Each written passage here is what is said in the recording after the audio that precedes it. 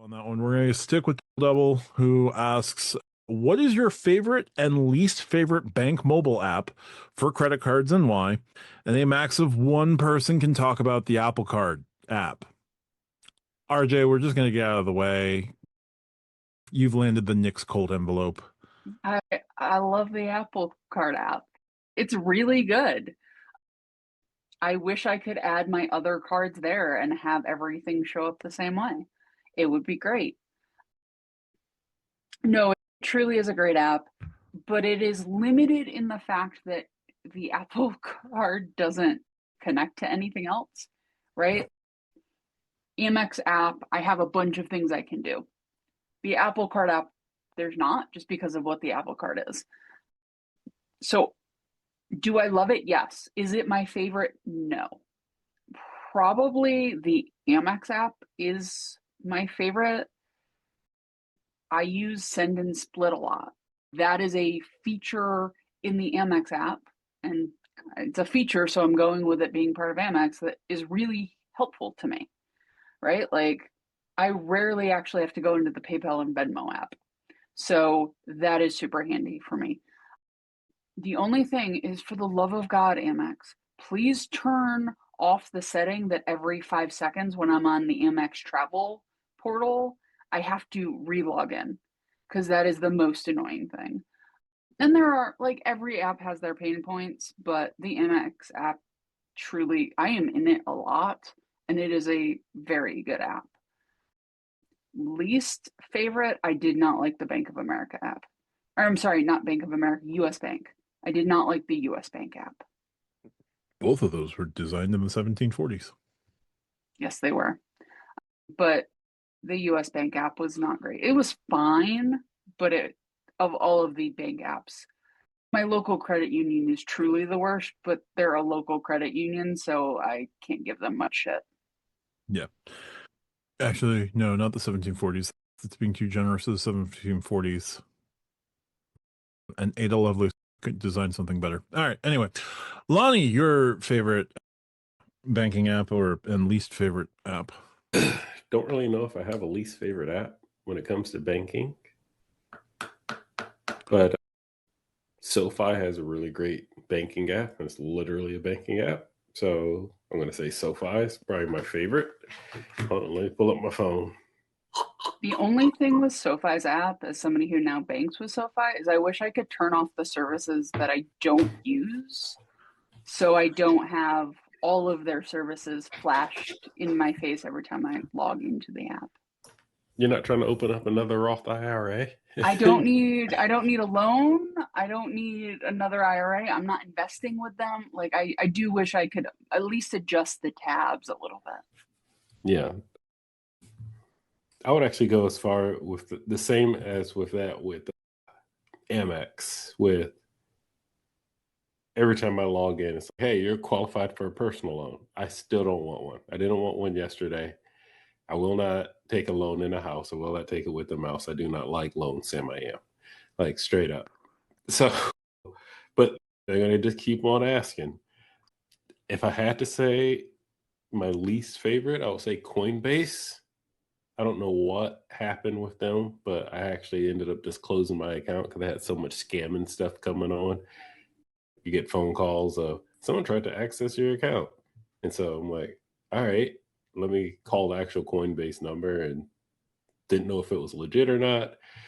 And then you get a text message and it's Coinbase, but it's 2 words instead of one. I'm like, oh yeah, this is definitely a scam. So I just took all my money out, closed that thing out, locked it up, and I'm still getting them. So I'm like, yeah, they got problems over there. So that's now my least favorite banking app. Cause I'm like, y'all need to get your house together, because I'm sure people are out there getting scammed left or right, and I'm not for that. So know how Coinbase spells Coinbase, and also what letters are capitalized. If you get an email or phone call or text message, just please be careful out there, folks. But it's pretty bad with them at the moment. So like I said, I pulled all my money out. Now you can't get any of it because there's nothing in there. They should Legit probably get or that figured scam. out before their Amex card launches. Yeah. Yeah, they probably should, but I won't be a part of that, so I don't really care. Issued through Cardless, so we might talk about Cardless a little bit. Craig, your favorite banking app for credit cards, least favorite? Yeah. I'm actually going to throw a wild card out there. I really love Capital One's app. It is That's very fair. well integrated. I love that you can have virtual cards. Amex has virtual. I will say, out of all the apps, I'm in Amex the most, but that is just by nature of me putting the most spin through my Amex cards. But Capital One, I love that you can sync that up with your mobile wallets, with your PayPal, Amazon, all of that really seamlessly. You can use virtual cards in those apps as well. So even if I lose a physical card, I don't have to worry about it. I will also say I've really enjoyed the progress that Capital One has made in their app over the last 2 years. When you look at the offers for the Capital One offers, that site when it first launched, very clunky, but has integrated really well with the Venture Miles and just the offers that they have. And granted, that's not particularly part of the UI, but I think it's fair to say it's something that the other apps aren't doing right now. And I will say I do keep a checking and savings account with Capital One with a few $100 in each just to keep those accounts open. Really well integrated, really easy to move your money back and forth there. No major gripes. And this is going to sound so like the bar is in hell, but not having any problems is a very big plus. As far as apps that I do not enjoy at all, unfortunately, the Charles Schwab app. It is just so bare bones, so unattractive. And unfortunately, it is where most of my non work retirement stuff is. So please, for anyone that's listening, don't try to steal my ID or my identity. But yeah, just in their changes for trading have not been great. I used to have this Charles Schwab Platinum. You could technically manage that card from there and in the Amex app. Also clunky, not great. Just, it is a perfectly fine app if you don't care about any glitz, glam, or like features. But outside of just doing some small trades or setting up recurring purchases, it is not great.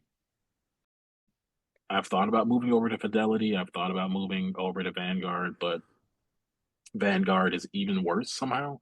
But I don't have enough usage in Vanguard to say that with like certainty. So for me, Charles Schwab, although it is just where the majority of what I have is parked. That's fair. For me, with Capital One off the table, with Amex off the table, and taking Apple off the table, I'm left between the Chase app and on the Chase app, the X1 app, and the Wells Fargo app. Wells Fargo app leaves